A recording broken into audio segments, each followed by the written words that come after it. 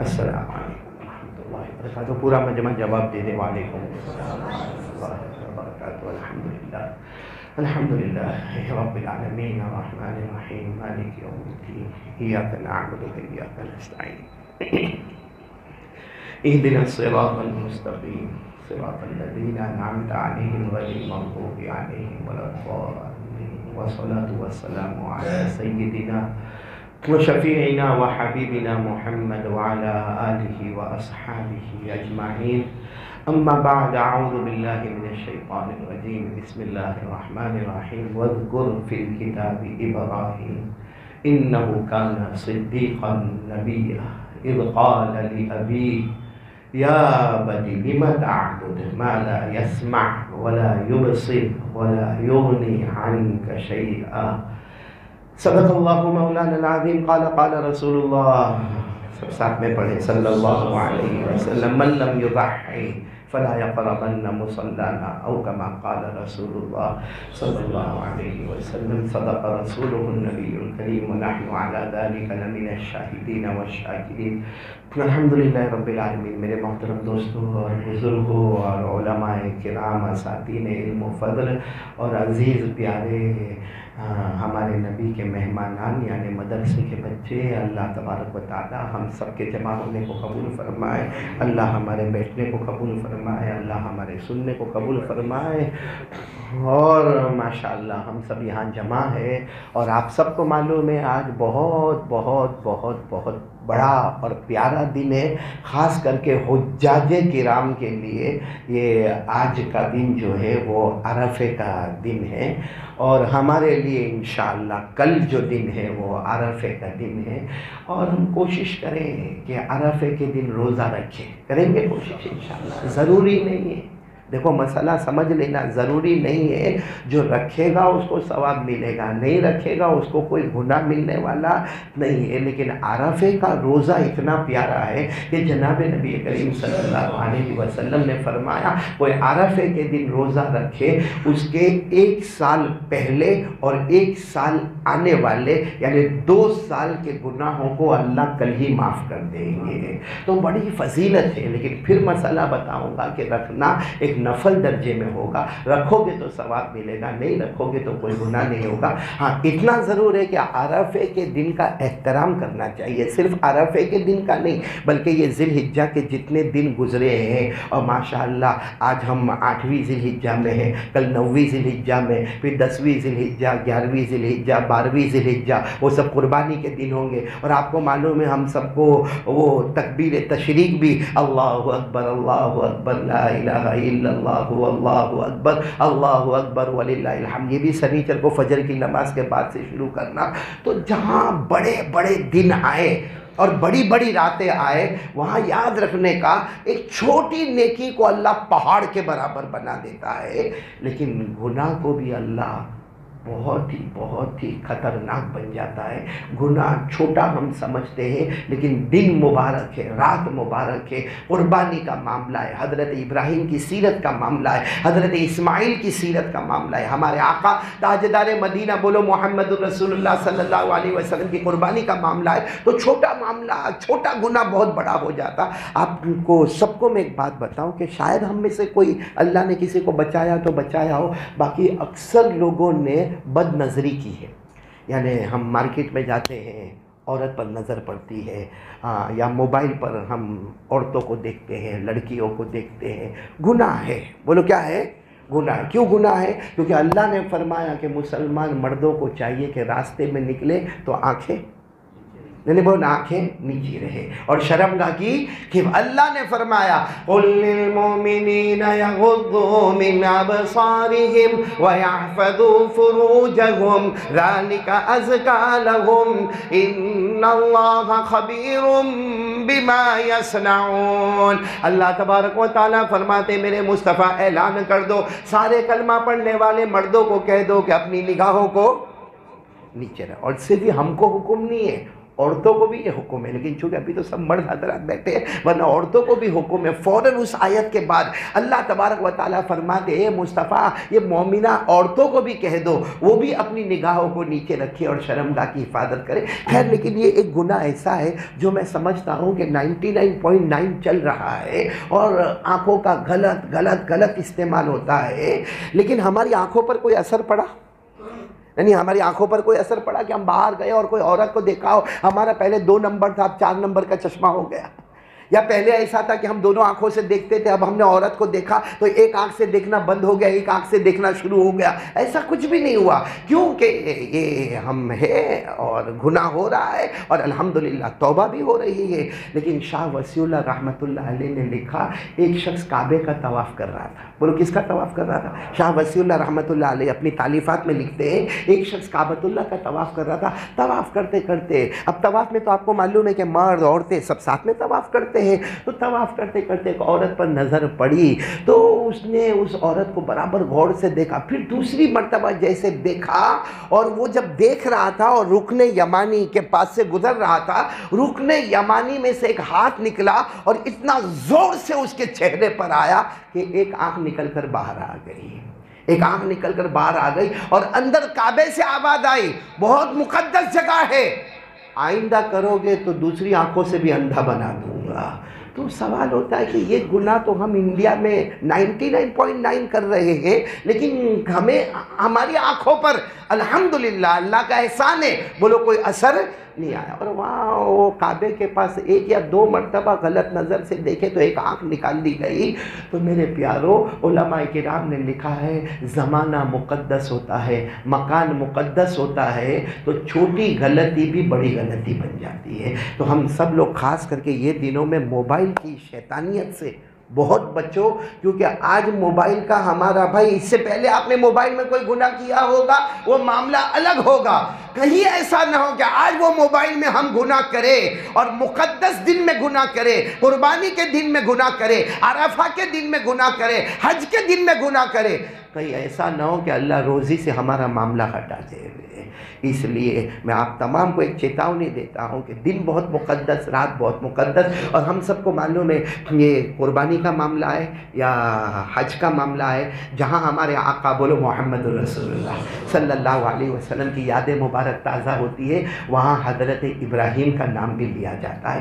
اتنی بات یاد رکھنا چاہیے کہ 1,24,000 کم زیادہ جتنے پیغمبر ہیں، علماء کرام نے لکھا 5 پیغمبر اولو العزم، یعنی 1,24,000 میں 5 پیغمبر وہ ہیں جن کی شان، جن کی عظمت، جن کی منقبت اس کو کوئی نہیں پہنچ سکتا، جس میں پہلے نبی کا نام لیا ہے۔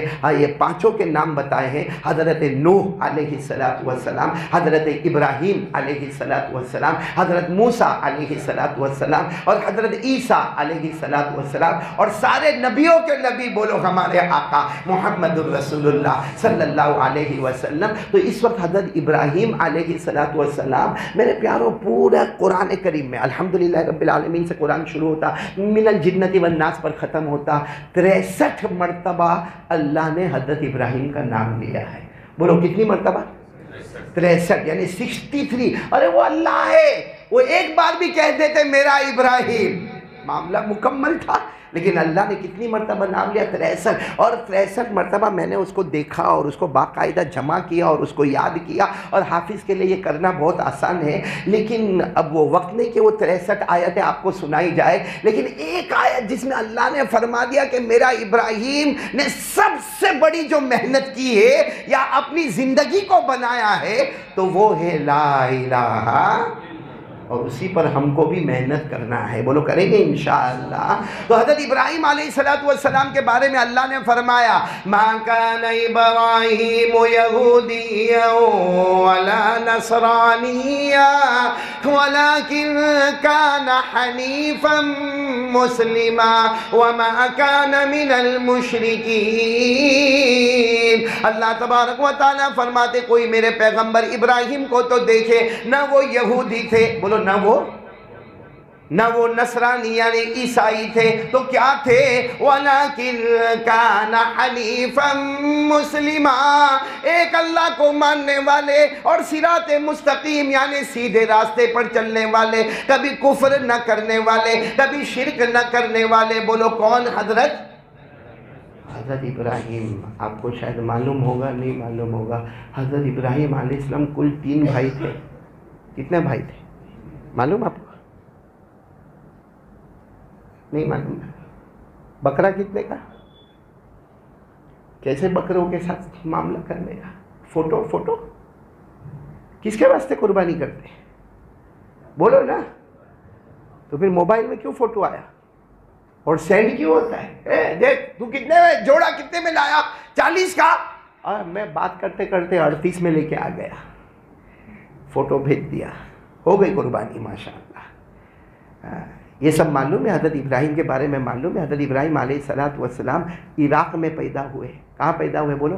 عراق میں ایک جگہ ہے بابل یا بابل، اس جگہ پر حضرت ابراہیم علیہ السلام پیدا ہوئے۔ اور حضرت ابراہیم علیہ السلام کے کل ملا کر 3 بھائی، سب سے بڑے بھائی کا نام تھا ہاران۔ کیا نام تھا؟ ہاران۔ اور درمیان میں حضرت ابراہیم، جن کو ابراہیم بھی کہتے ہیں، ابراہام بھی کہتے ہیں، اور جو نمبر 3 پر بھائی تھے ان کا نام ناہور، یعنی ہاران، ابراہیم علیہ السلام اور ناہور۔ اور کمال کی بات یہ ہے کہ بڑے بھائی ہاران کا انتقال ہو گیا، حضرت ابراہیم کے زمانے میں انتقال ہو گیا، لیکن ان کے یہاں جو لڑکے پیدا ہوئے اللہ نے ان کو بھی نبی بنایا۔ ان کا نام ہے حضرت لوط علیہ السلام۔ تو حضرت ابراہیم چچا ہے وہ بھی نبی ہے، اور بھتیجے حضرت لوط علیہ السلام وہ بھی نبی ہے۔ اور آپ کو معلوم ہوگا حضرت ابراہیم علیہ السلام کے ابا کا نام کتابوں میں لکھا ہے تارخ۔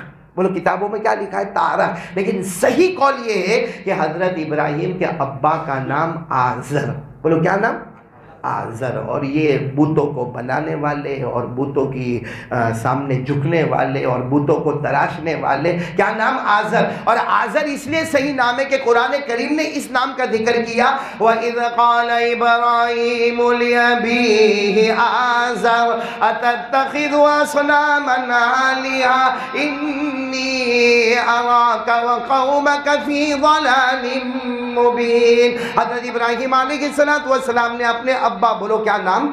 آزر۔ تو 3 بھائی اور ابا کا نام آزر، اور 2 بیویاں، جن میں پہلی بیوی کا نام ہے سارہ، اور سارہ کے پیٹ مبارک سے پیدا ہونے والے نبی حضرت اسحاق علیہ السلام، اور دوسری بیوی جن کو ہم ہاجرہ کہتے ہیں، حالانکہ عربی زبان میں یا تو ہاجر یا ہاجر کہا جاتا، لیکن ہم نے انڈیا والوں نے اور ایشیا والوں نے ہاجرہ بنا دیا، اور ان کے بطن مبارک، ان کے پیٹ مبارک سے پیدا ہونے والے بولو حضرت اسماعیل علیہ السلام۔ اب ایک سوال یہ ہوتا ہے کہ حضرت ابراہیم دکھتے کیسے ہوں گے؟ کبھی آپ کے دماغ میں سوال آیا قربانی سے پہلے کہ حضرت ابراہیم دکھتے کیسے ہوں گے؟ تو ایک روایت سن لو، سب سنیں گے نا انشاءاللہ؟ بولو سنیں گے نا انشاءاللہ؟ بہت پیاری روایت ہے۔ ہمارے آقا محمد الرسول اللہ بولو نا صلی اللہ علیہ وسلم معراج پر گئے۔ ارے گئے کہ نہیں گئے؟ ساتھ میں بولو نا، گئے نا؟ اور نبیوں سے ملاقات ہوئی۔ اللہ نے فرمایا عند سدرۃ المنتہی عندها جنۃ المأوى اذ یغشی السدرۃ ما یغشی ما زاغ البصر وما طغی۔ ہمارے آقا محمد الرسول اللہ بولو صلی اللہ علیہ وسلم معراج کر کے جب واپس آئے، سارے صحابہ جمع تھے۔ ہمارے نبی صلی اللہ علیہ وسلم نے فرمایا اللہ کا احسان، میں حضرت عیسیٰ سے مل کر آیا ہوں۔ کس سے مل کر آیا ہوں؟ حضرت۔ تو پھر ہمارے نبی نے فرمایا تم کو معلوم ہے حضرت عیسیٰ کیسے دکھتے؟ لمبے چوڑے اور اتنے گورے گورے کہ آپ کے گال لال لال اور آپ کے بال بھی گھنگرالو بال، بہت حسین و جمیل تھے۔ بولو سبحان اللہ۔ کون؟ حضرت عیسیٰ علیہ السلام۔ پھر ہمارے نبی نے فرمایا او میرے صحابہ، میں حضرت موسیٰ سے بھی مل کر آیا۔ آپ کو معلوم ہے حضرت موسیٰ کیسے؟ وہ بھی ماشاءاللہ لمبے چوڑے، لیکن حضرت عیسیٰ جو تھے ان سے تھوڑے سے فربا، یعنی تھوڑے سا موٹا پن حضرت موسیٰ علیہ السلام کے پاس تھا، اور حضرت موسیٰ کا رنگ گندمی تھا، یعنی ہمارا جیسا کلر ہے نا، اس کلر کو گندمی رنگ کہتے، تو حضرت موسیٰ اس کلر کے تھے اور تھوڑے سے موٹے تھے۔ یہ حضرت موسیٰ کو میں نے دیکھا۔ یہ کہہ کر ہمارے نبی اٹھ کے جا رہے تھے تو ایک صحابی نے کہا اللہ کے رسول آپ نے حضرت عیسیٰ کے بارے میں بتایا، آپ نے حضرت موسیٰ کے بارے میں بتایا، آپ کی ملاقات تو سیدنا خلیل اللہ حضرت ابراہیم سے بھی تو ہوئی ہے، تو وہ کیسے نظر آتے تھے؟ ہمارے آقا صلی اللہ علیہ وسلم کی آنکھیں بھر آئی، کہا حضرت ابراہیم کی شکل، صورت، شباہت مبارک بتانے کی ضرورت نہیں، جس نے مصطفیٰ کو دیکھا اس نے ابراہیم کو دیکھ لیا، جس نے مصطفیٰ کو دیکھا نے مجھے دیکھ لیا، سمجھو حضرت ابراہیم علیہ السلام کو دیکھ لیا۔ اور حضرت ابراہیم اور بولو ہمارے نبی، ان دونوں میں اتنی بڑی مناسبت، بولو اتنی بڑی مناسبت۔ کیا آپ نے دیکھا ہوگا کہ حضرت ابراہیم کعبے کی تعمیر کر رہے ہیں؟ بولو کس کی تعمیر کر رہے ہیں؟ حضرت ابراہیم بھی کر رہے ہیں، اور حضرت بولو بولو بولو اسماعیل۔ قرآن کریم میں وَإِذْ يَرْفَعُ إِبْرَاهِيمُ الْقَوَاعِدَ مِنَ الْبَيْتِ وَإِسْمَاعِيل، لیکن وہ تعمیر کرتے کرتے بھی حضرت ابراہیم نے ایک دعا مانگی تھی، اللہ ایک آخری نبی بھیجنا، اللہ ایک آخری نبی بھیجنا، نام محمد ہوگا ہمیں پتا ہے، لیکن اللہ بھیجنا، ہماری نسل میں بھیجنا۔ حضرت ابراہیم نے دعا مانگی تھی، ربنا وبعث فیہم رسولا منہم یتلو علیہم آیاتک ویعلمہم الکتاب ویزکیہم انک انت العزیز الحکیم۔ حضرت ابراہیم علیہ السلام نے دعا مانگی، اور ہمارے نبی اور حضرت ابراہیم میں اتنا جوڑ کہ اللہ کی قسم ہم جو نماز میں درود پڑھتے ہیں، جہاں محمد کا نام آتا ہے صلی اللہ علیہ وسلم، کن کا نام آتا؟ کیا پڑھتے ہیں ہم لوگ؟ پڑھو نا، اللہم صلی علی محمد وعلی آل محمد کما صلیت علی ابراہیم وعلی آل ابراہیم انک حمید مجید۔ تو حضرت ابراہیم کے حالات بہت لمبے چوڑے ہیں، یہ تو جمعہ کا وقت ہے، اور چونکہ ہر نماز میں ہم حضرت ابراہیم کا نام لیتے ہیں، اس لیے میں نے مختصر آپ کو بتا دیا۔ اب اتنا بھی بتا دوں میرے پیاروں، حضرت ابراہیم نے سب سے بڑا کام جو پوری زندگی میں کیا وہ تھا لا الہ، ساتھ میں بولو نا لا الہ، بس جو ہوگا کس کی محبت میں ہوگا؟ اللہ۔ جو ہوا کس کی محبت میں ہوا؟ اللہ۔ اور حضرت ابراہیم نے طے کر لیا کہ زندگی گزرے گی تو کس کی محبت میں؟ اللہ۔ اسی لیے سب سے پہلے دعوت و تبلیغ کا کام حضرت ابراہیم نے اپنے ابا سے شروع کیا۔ کس سے شروع کیا؟ حالانکہ بیٹے کا باپ کو دعوت دینا بہت خطرناک ہوتا ہے، کیونکہ باپ ہوتا ہے، وہ سمجھتا ہے میں باپ ہوں، یہ میرے سامنے پیدا ہوا، میرے سامنے چھوٹے سے بڑا ہوا، یہ میرے کو سمجھاتا۔ لیکن حضرت ابراہیم نے ہمت کر کے اپنے ابا کو دعوت دی، اور دعوت دینے کا انداز کتنا اچھا تھا، ابا آپ میرے ابا ہو نا، آپ میرے ابا ہو نا، آپ جہنم میں جاؤ گے، آگ آپ کو لگے گی، ایک بیٹا برداشت نہیں کر پائے گا، ایک بیٹا اپنے باپ کو جہنم میں دیکھتا ہوا برداشت۔ کتنے اچھے انداز میں دعوت دی، کیا فرمایا قرآن میں، یا ابت انی اخاف ان یمسک عذاب من الرحمن فتکون للشیطان ولیا۔ حضرت ابراہیم علیہ السلام نے اپنے ابا کو دعوت دی۔ ایک بات سمجھ لینا، دعوت دینا ہمارا کام ہے اور ہدایت دینا۔ حضرت ابراہیم نے پھر اس زمانے کے بادشاہ کو بھی دعوت دی۔ اس زمانے کا بادشاہ بولو کون؟ نمرود۔ دنیا میں 4 بادشاہ ایسے گزرے ہیں جنہوں نے لمبی لمبی حکومتیں کی ہے، جس میں 2 ظالم اور 2 صالح، 2 اچھے اور 2 برے۔ بروں میں سب سے پہلا یہ کون؟ نمرود۔ حضرت ابراہیم علیہ السلام، اس کی لمبی چوڑی حکومت تھی نمرود کی۔ نمبر 2 پہ فرعون، جو حضرت موسیٰ کے زمانے کا بادشاہ، وہ بھی بڑا ظالم۔ اور 2 اچھے کون معلوم ہے آپ کو؟ ایک تو حضرت سلیمان علیہ السلام، اور نمبر 2 ذوالقرنین بادشاہ۔ بولو ذوالقرنین بادشاہ، جس کے بارے میں ہم کو زیادہ ہسٹری معلوم نہیں، لیکن قرآن کریم میں ذکر ہے، وَيَسْأَلُونَكَ عَنْ ذِي الْقَرْنَيْنِ قُلْ سَأَتْلُو عَلَيْكُمْ مِنْهُ ذِكْرًا إِنَّا مَكَّنَّا لَهُ فِي الْأَرْضِ وَآتَيْنَاهُ مِنْ كُلِّ شَيْءٍ سَبَبًا فَأَتْبَعَ سَبَبًا۔ یہ قرآن کریم نے ذوالقرنین بادشاہ۔ خیر اب میں آ رہا ہوں، حضرت ابراہیم علیہ السلام کا سب سے بڑا کارنامہ، یا یہ کہو کہ سب سے اونچی عظمت، وہ یہ تھی لا الہ۔ کس کو دعوت دینے کے لیے گئے؟ بادشاہ ہوتا ہے۔ تو قرآن کریم نے ذکر کیا ہے، تو نمرود بادشاہ نے کیا کہا معلوم ہے؟ میں اللہ ہوں، میں ہی ہوں، سب کرتا ہوں۔ یہ جو باغ نظر آتے ہیں نا، اس میں جو پھل فروٹ آتے وہ میں، یہ کھیتوں میں اناج آتا ہے وہ میں۔ حضرت ابراہیم نے بہت سمجھایا تو کہا اچھا میرے پاس اتنی بڑی حکومت ہے، تمہارے پاس کیا ہے؟ تمہارے پاس کیا ہے؟ تو حضرت ابراہیم نے اتنے پیار سے کہا میرے پاس کچھ نہیں لیکن میرا رب میرے پاس ہے۔ بولو کون ہے میرے پاس؟ میرا، اور وہ میرا اللہ ہے جو جس کو چاہتا ہے موت کے گھاٹ اتارتا ہے اور جس کو چاہتا ہے وہ زندہ کرتا ہے۔ اور بولو صحیح ہے نا، اللہ ہی کرتا نا، ہمیں موت دینے والا کون اور ہمیں زندگی دینے والا کون؟ ورنہ کورونا آیا، اومیکرون آیا، آسمانی طوفان آئے، زمینی زلزلے آئے، جن کو جانا تھا وہ گئے، کیونکہ موت دینے والا کون تھا؟ اللہ۔ اور جو ہم بچ گئے تو ہمیں زندہ رکھنے والا کون؟ اللہ۔ نہ ہم اپنی طاقت سے بچے ہیں اور نہ وہ اپنی کمزوری سے گئے ہیں، اس لیے کہ لے جانے والا بھی بولو کون؟ اللہ، اور رکھنے والا بھی کون؟ تو حضرت ابراہیم نے سمجھایا ہاں ٹھیک ہے، بادشاہت تیرے پاس ہے نمرود، حکومت تیرے پاس ہے، طاقت تیرے پاس ہے، اقتدار تیرے پاس ہے، لیکن میرا رب وہ سب سے بڑا ہے جو موت کے گھاٹ بھی اتارتا ہے اور زندہ بھی کر۔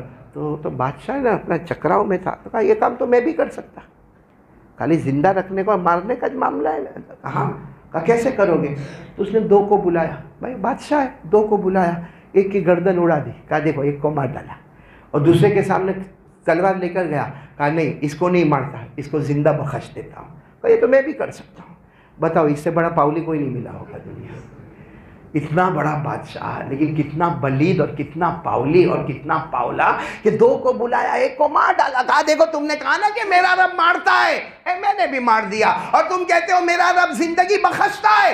دوسرے کو بلایا، تلوار اس کی گردن تک لے گیا، واپس کھینچ لیا، اس کی زندگی کو میں نے بخش دیا۔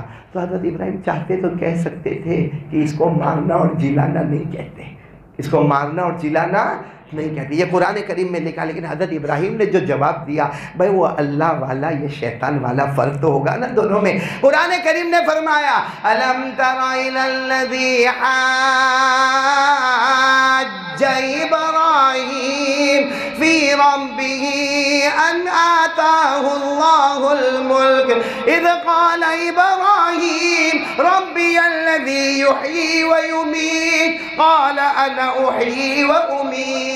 حضرت ابراہیم نے فرمایا میرا رب زندگی دیتا ہے، ارے بچپن دیتا، جوانی دیتا، بڑھاپا دیتا، اور میرا رب ہی موت کے گھاٹ اتارتا ہے۔ تو اس نے ایک کو مارا اور ایک کو چھوڑا۔ تو حضرت ابراہیم نے سمجھ گئے کہ ہے تو بے وقوف ہے، بہت بڑا بے وقوف ہے۔ اور تو حضرت ابراہیم نے کہا اچھا ایک کام کریں۔ کہا کیا؟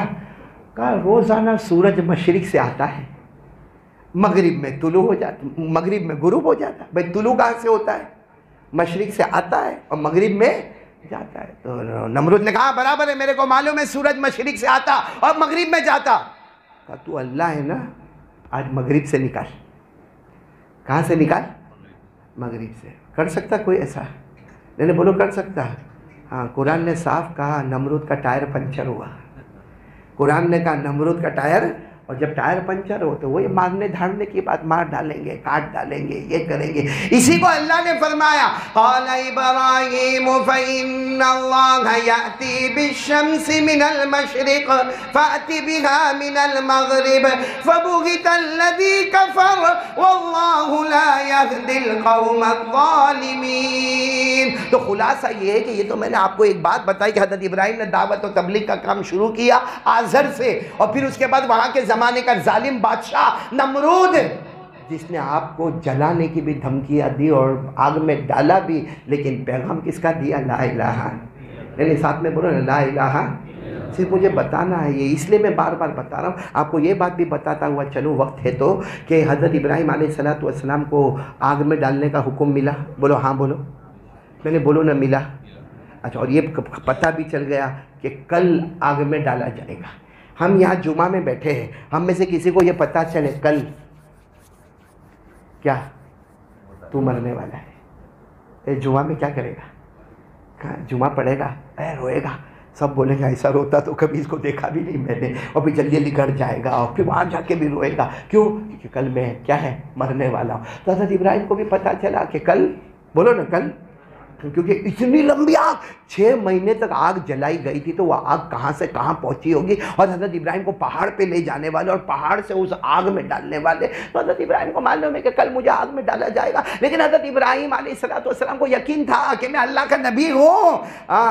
یہ زمین پر پلاننگ کر رہا، میرا اللہ آسمان پر پلاننگ کر رہا. لیکن معاملہ پورا الٹا ہوا. کیسے الٹا ہوا معاملہ؟ کہ رات ہوئی، حضرت ابراہیم بھائی، کوئی بھی ہوئے نیند آوے رات کو، کل جس کو مرنا ہے تو رات کو نیند. تو حضرت ابراہیم اپنے بستر پہ کروٹیں لے رہے اور زبان پر اللہ، بولو زبان پر اللہ. اتنے میں آپ کو معلوم ہے نا دروازہ بند تھا، لیکن اچانک دروازہ کھلا تو حضرت ابراہیم علیہ السلام چوکے کہ میں نے تو اندر سے کنڈی ونڈی لگائی تھی، پھر دروازہ کھلا کیسے؟ تو دیکھا کہ ایک فرشتوں کی لمبی جماعت ہے، اور سارے فرشتے کیا کہتے ہیں؟ اللہ نے ہم کو پانی پر معمور کیا ہے، یعنی پانی آنا، بارش آنا نہ آنا، یہ اللہ نے ہم کو یہ نظام دیا ہے.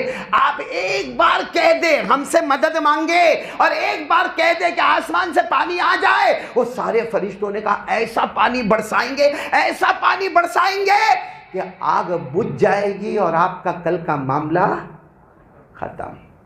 تو حضرت ابراہیم نے ان کو دیکھا اور کیا فرمایا؟ لا حاجت لی معکم، مجھ کو تمہاری کوئی ضرورت نہیں ہے، میں میرا اللہ اللہ کر رہا ہوں، کیوں ڈسٹرب کرنا ہے، جاؤ. تو فرشتوں نے کہا کل کہا جاؤ تم چلے جاؤ، میری فکر مت کرو.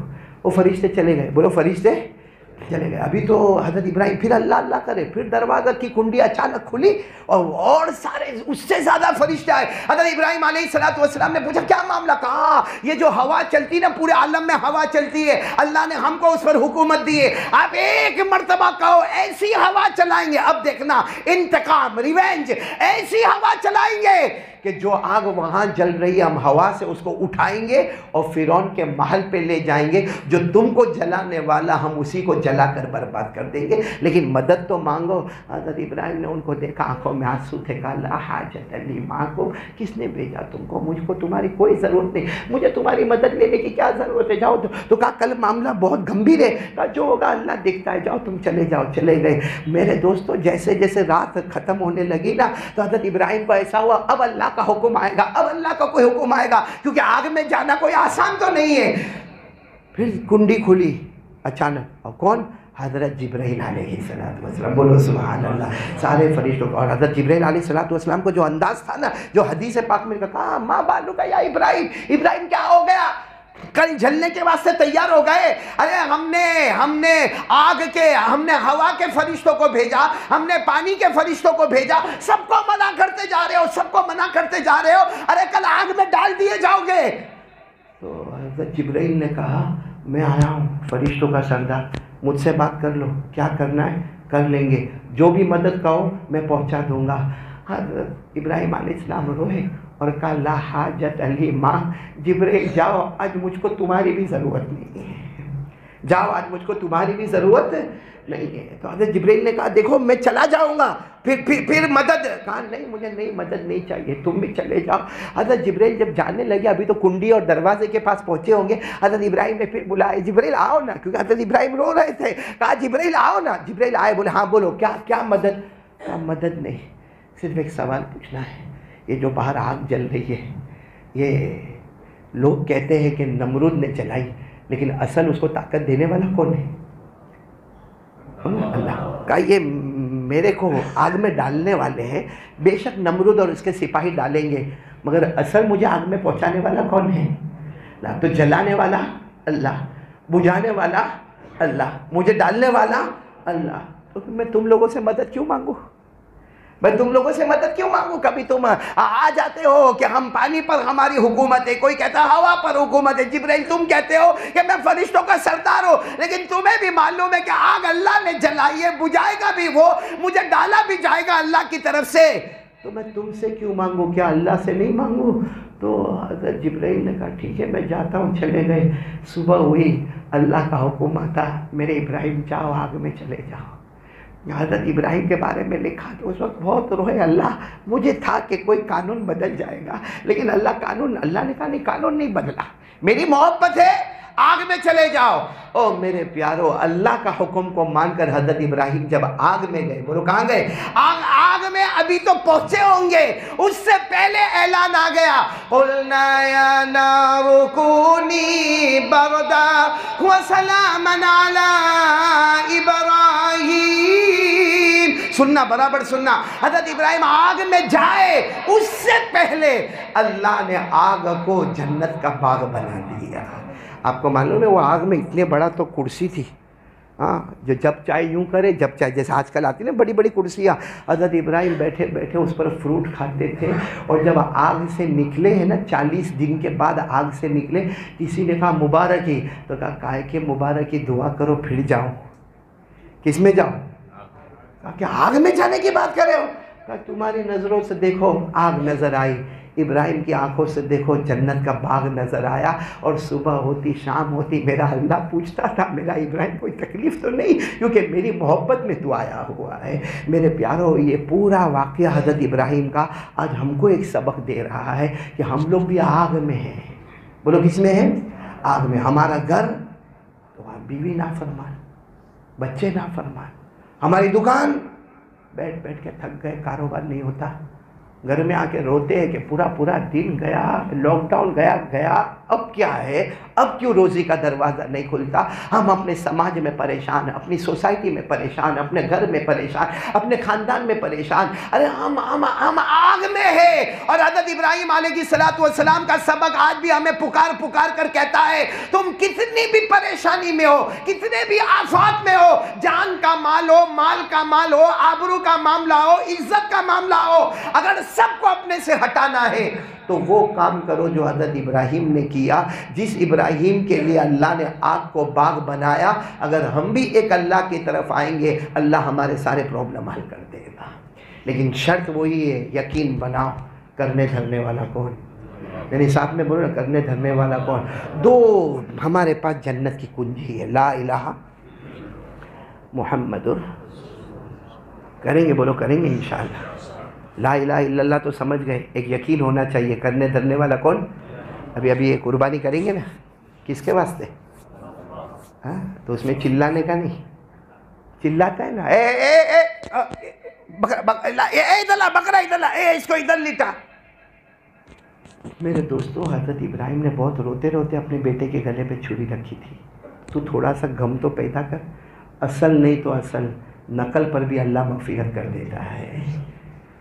یہ فوٹو نے بکرے بھیجنے کا، نے شور مچانے کا، نے گندگی، اتنی گندگی کہ جس محلے سے گزرو پتہ چلتا ہے کہ یہ مسلمان کا محلہ ہے۔ دیکھو کیسے معلوم یہاں مسلمان رہتے، گندگی دیکھ، باہر کیچڑ دیکھ، باہر کچرا دیکھ، اتنا بڑا ڈسٹ بن رکھا، ڈسٹ بن میں باپ ڈالے گا، ڈال ادھر پٹاک کر کے پھینک دیا زمین کے اوپر۔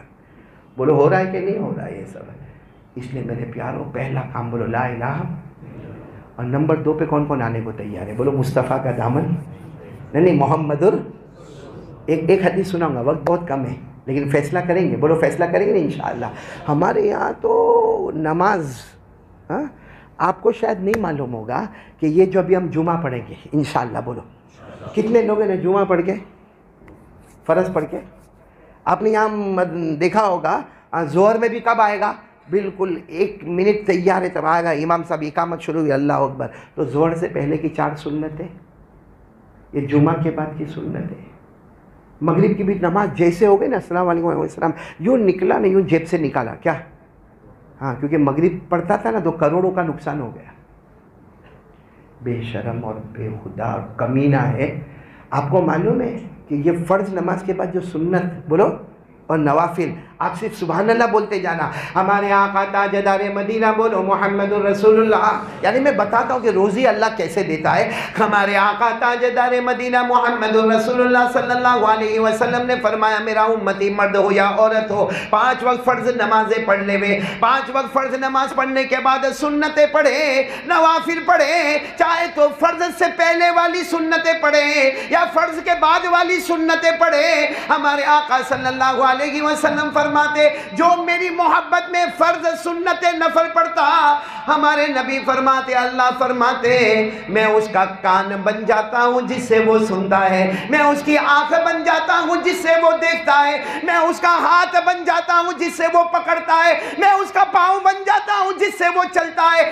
اللہ فرماتے ہیں جو مانگتا ہے میری قسم میں اس کی ہر تمنا کو پورا کر دیتا ہوں۔ وہ جو ٹائم ہوتا ہے جس میں اللہ ہمارا کام کیا بن جاوے، اللہ ہمارا کان بن جاوے، تو بتاؤ اللہ کی قسم یہ کان سے بڑھ کر کوئی کان؟ اللہ ہماری آنکھ بن جاوے، اللہ ہمارے ہاتھ بن جاوے، اللہ ہمارا پاؤں بن جاوے۔ لیکن میرے پیارو ایک حدیث سنا کر بات ختم کرو۔ ایک مرتبہ اللہ کے رسول صلی اللہ علیہ وسلم تشریف فرمائے، بولو تشریف فرمائے، ایک صحابی آئے، سننا برابر سننا، یہ انگلی میں سونے کی انگوٹھی، بولو انگلی میں سونے کی انگوٹھی۔ اللہ کے رسول صلی اللہ علیہ وسلم نے دیکھا کہ سونے کی انگوٹھی، تو ہمارے نبی صلی اللہ علیہ وسلم ایسے ہو گئے، ایسے بیٹھے تھے آپ ایسے ہو، یعنی ادھر دیکھنے لگے۔ اب وہ صحابی گھبرا گئے کہ کیا ہوا کہ میں آیا اور اتنے دور سے آیا اور اللہ کے رسول نے چہرہ پھیر دیا۔ وہ صحابی اٹھ کر وہاں گئے، بولو اٹھ کر وہاں گئے، تو ہمارے نبی ایسے ہو گئے، اس طرف دیکھنے لگے۔ تو وہ صحابی پھر ادھر آئے، تو وہ دوسرے ایک صحابی جنہوں نے ان کے پاؤں پر ہاتھ رکھ کر کہا ایسا مت کرو، ادھر ادھر مت کرو، پیارے نبی تم سے ناراض ہے۔ کہا کیوں ناراض ہے، کیا ہوا، کیا میں نے کیا غلطی کی؟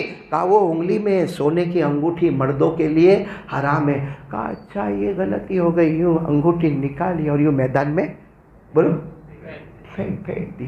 اللہ کے رسول صلی اللہ علیہ وسلم نے جب دیکھا کہ انگوٹھی نہیں تو ہمارے نبی مسکرائے اور کہا اچھا ہوا تم شریعت پر آ گئے اور تم نے حرام کو اپنے پاس سے ہٹا دیا، ورنہ جس طرح میں نے اب چہرہ پھیرا کوئی میرا امتی گناہ کر کے آئے گا، شریعت توڑ کے آئے گا، قیامت میں اس سے بھی اپنا چہرہ پھیر دوں گا۔ اور پھر کیا ہوا، جب ہمارے نبی صلی اللہ علیہ وسلم کی مجلس مبارک ختم ہو گئی، جانے لگے بھائی جانے لگے، جب جانے لگے تو کہا کہ وہ انگوٹھی تم نے پھینکا ہے وہ لے لو، تو کہا نہیں وہ تو حرام ہے۔ ارے کسی نے مسئلہ بتایا تمہارے لیے حرام ہے، گھر کی عورتوں کے لیے حرام نہیں ہے، لے جاؤ گھر کی عورتوں کو پہنا دینا۔ وہ صحابی نے کہا میرے اللہ کی قسم جس سے میرے نبی ناراض ہوئے اس کی طرف دیکھنا بھی حرام سمجھتا ہوں۔ یہ ہے پیارے نبی کی فرما برداری کرنا۔ اب آپ یہ انگوٹھی والا واقعہ اور موبائل کو دونوں کو سامنے رکھو اور سوچو کہ اگر انگوٹھی میں اگر حرام ہے تو میرے موبائل میں بھی اگر زنا ہے، چوری ہے، ایپیسوڈ ہے، میرے موبائل میں اگر گناہ ہی گناہ ہے، ننگی عورتیں ناچتی ہے، گانا گاتی ہے، تو سمجھ لو کہ اگر ہمارے نبی ان سے چہرہ پھیرتے ہیں کہیں قیامت کے دن ہم سے چہرہ نہ پھیر لے۔ اللہ ہم سب کو عمل کی توفیق عطا فرماوے۔ اور آج جمعہ کا دن ہے، عصر کے بعد درود پڑھیں گے نا انشاءاللہ، اللہم صلی علی محمد النبی الامی وعلی آلہ وسلم تسلیما۔ 80 مرتبہ پڑھنا ہے، 80 سال کے گناہ معاف ہوں گے، 80 سال کی عبادت نامہ اعمال میں لکھی جائے گی۔ اور ایک پرچی میرے پاس آئی ہے، ہاں یہ تو میرے بارے میں یہ ہے کہ آئندہ کل چونکہ عرفے کا دن ہے ہم نے بہت بڑا لیڈیز پروگرام رکھا ہے، عورتوں کا پروگرام، کیونکہ مرد حضرات تو ماشاءاللہ جمعہ میں آتے سنتے ہیں۔ اب کل عرفے کا دن ہے، پھر قربانی کے بارے میں کچھ مسائل بھی ضروری ہے اور عورتوں کے ساتھ بھی کچھ مسائل لگے ہوئے، تو کل خود مجھے پہنچنا ہے مدرسہ دعوت الاسلام جاپا بازار سورت طیبی محلہ، مدرسہ دعوت الاسلام طیبی محلہ جاپا بازار سورت۔ کل بالکل شام کو 4 بجے بیان شروع ہوگا اور انشاءاللہ 5 بجے بیان مکمل ہوگا۔ اور میرے کو تو پتہ چلا کہ بمبئی سے ایک دعوت تبلیغ کے ذمہ دار ڈاکٹر حاجی رضوان صاحب بھی پہنچ رہے، تو 4 بجے پروگرام شروع ہوگا، اگر وہ پہنچ جاتے تو 15 منٹ وہ مستورات میں بیان کریں گے، باقی پونا گھنٹہ انشاءاللہ میں سنبھال لوں گا۔ تو آپ اپنی ماؤں کو، بہنوں کو، بیٹیوں کو مدرسہ دعوت الاسلام جاپا بازار طیبی محلہ کل شام کو 4 بجے سے پہلے بھیج دیں، تاکہ 4 بجے سے پہلے وہ سیڑھی ویڑھی پر بھیڑ ختم ہو جاوے اور بالکل وقت کے اوپر بات شروع ہو جاوے۔ ورنہ اکثر ایسا ہوتا ہے جاتے بھائی کچھ عورتیں آ رہی، بڑی ہمہ ہمی ہوتی ہے۔ دین کے کام میں فاستبقوا الخیرات، نیک کاموں میں جلدی کرنا چاہیے۔ اللہ ہم سب کو عمل کی توفیق عطا فرمائے۔ بھائی سب کی سنت باقی ادا کر لے۔ وآخر دعوانا الحمدللہ رب العالمین۔